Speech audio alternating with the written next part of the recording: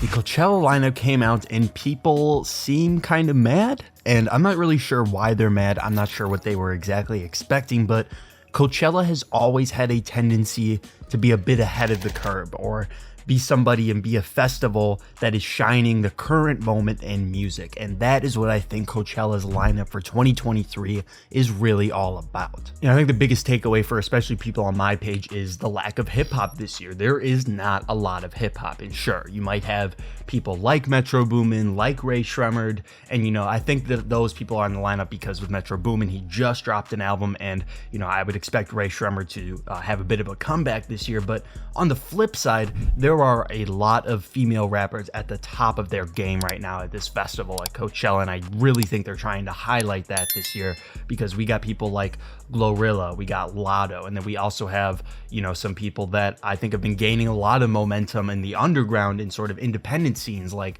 No Name, people coming up right now like Fouché, and then obviously the magnitude of people from TikTok like Ash Nico, Doechii, who I believe I just mentioned earlier. But there's a lot this year in terms of variety, and that's what I think I want to highlight most here, is that people look at the Coachella lineup and say, okay, what's here for me?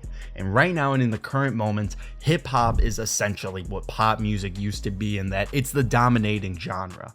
At least in a lot of American circles, a lot of American audiences, hip hop's the main thing. But on the outside specter, outside of the United States, K-pop and people like, also on the flip side of Latin pop with like Bad Bunny, they're kind of ruling things right now. And Coachella definitely recognizes this by giving BLACKPINK and Bad Bunny both headlining dates for the Friday and Saturday dates, but then also not forgetting to include other foreign acts like Burna Boy, like Rosalia, like I guess you could even throw Bjork in there, someone like Kaliuchis. Like, there's so much variety this year, and that's the other thing about Coachella that I think people often forget is, yes, the headliners are meant to draw you in, but everyone else is meant to make you have a good time. They are crafting this festival beautifully. They're putting acts next to each other that complement each other. They're making sure that the whole experience is complete.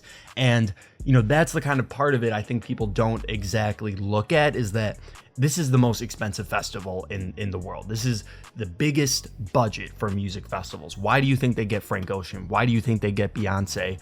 Why do you think that they can almost get Ye when they did last year? It's because they have the budget for it.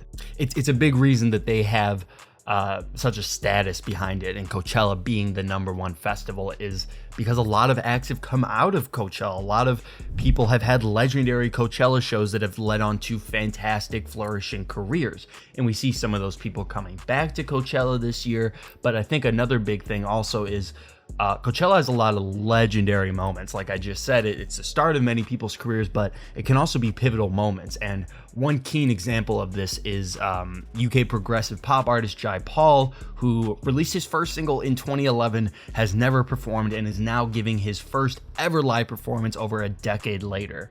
Actually, Pitchfork wrote a really funny sort of comparison here, essentially saying it makes Frank Ocean look like DJ Khaled, and it's true. And Coachella is the only festival that can do that. Jai Paul is famously somebody who does not want to work within the industry. He won't play by the rules of the industry, and Coachella is the kind of festival that will say, hey, we have the money, the opportunity, and the resources for you to do that outside of the corporate control of the industry. And obviously Coachella is within the industry and has a lot of power, but I think this is showing that they have such a huge amount of power, influence, and money that they can bring in people that I think a lot of audiences weren't even expecting could even give a live performance ever again. And that's another thing that Coachella is really special about, and especially this year. Because really, at the end of the day, discovering music is the key of it all, is the key of being at really any music festival, especially Coachella, is discovering that artist that you would have never come across for any other reason, and especially in the algorithmically controlled age that we live in right now, with playlisting and a lot of things essentially being bought, and views and listens being bought. Music festivals are a great way for tastemakers, true tastemakers, to understand the music, what makes it click, and put audiences in front of it. And Coachella, I think this year will be one of the most prime examples of that, because right now we're in the moment. of K-pop, of Latin pop, and seeing them celebrate that, but also giving so much versatility to music that's been so big in the moment right now, even in the United States. People like Pusha T, people like K Tronada, the Kid Laroi. I guess he's not exactly American, but has a pretty big American audience. Charlie XCX. There's a lot here for everybody. So even if you are a fan of alternative music, even if you are a hip hop fan, there is enough here to hold you over. I can guarantee it. And that's the thing too. It doesn't have to be like a Rolling Loud where it's like, I want to see everybody on this lineup. You're not going to be able to see half of it. I guarantee it. And that's another thing is there's enough here for you. And there's also stuff here that you might not like.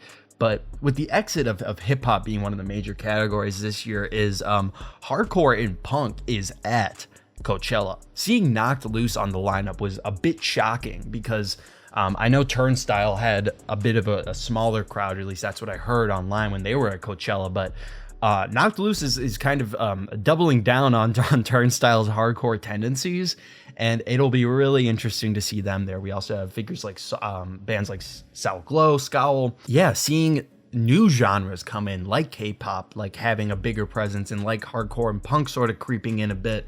It's really cool to see the microcosms of the industry come together like they do at Coachella. You really don't see anything like this at any other festival. Another thing that I wanted to touch on is the amount of guest acts that are brought out every year at Coachella. And I don't think this year's going to be any different. Gorillaz are known for bringing out people to their shows. I would expect them to bring out a lot of people. Metro Boomin, I would expect him to bring out like a ton. I would expect maybe even a figure like Future, who is featured prominently on his album. Same with Pusha T. Same with a lot of, that's the thing, same with a lot of people on this lineup. Frank Ocean, maybe Ben Affleck this time because we got Brad Pitt last time. You never know. But expect a lot of guests. Expect people to pull out their best possible performances for Coachella itself, because every year when artists go to Coachella and perform, they know that this is it. This is the biggest stage that they're going to get. Even if it's not, seismic, maybe it's not the biggest. This is prominent. This is the most important because they know it's the most important. And there's a lot of things that makes Coachella really special. And what I saw a lot of people complaining about this year are what made me very excited for it, in that I have no idea what to expect in terms of, like, I know a few people that I like, and then I know a few people on the lineup that I've never seen or heard of before that I am now interested in. And also, the longer you go down and look throughout the billing, you will find some great artists towards the bottom, like AG Club, Horse Girl, Pierre Bourne, No Name, Saba. There's a lot here, and that's what I really want to emphasize, is the people putting this together know what they're doing. I think it's fair to trust their judgment on stuff like this, and the fact that these are musical artists that you should be exposed to, and that's what they're doing here. Obviously, if you're going to Coachella, you're in a certain tax bracket. I'm not even in that tax bracket. If I'm going, it's for photo, media, or press. But let me know if you're going to Coachella, what you think about it, and especially this year's lineup. Do you wish there was more hip hop? Do you wish you could have seen a certain artist there? But also on the flip side of that, are you shocked to see such a sparse lineup in terms of differing genres?